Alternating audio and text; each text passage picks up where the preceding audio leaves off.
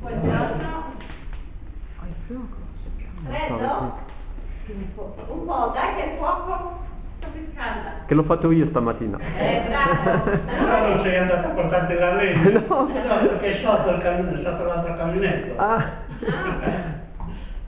Ho messo 2 o 3 pezzi di legno per vedere se prendeva.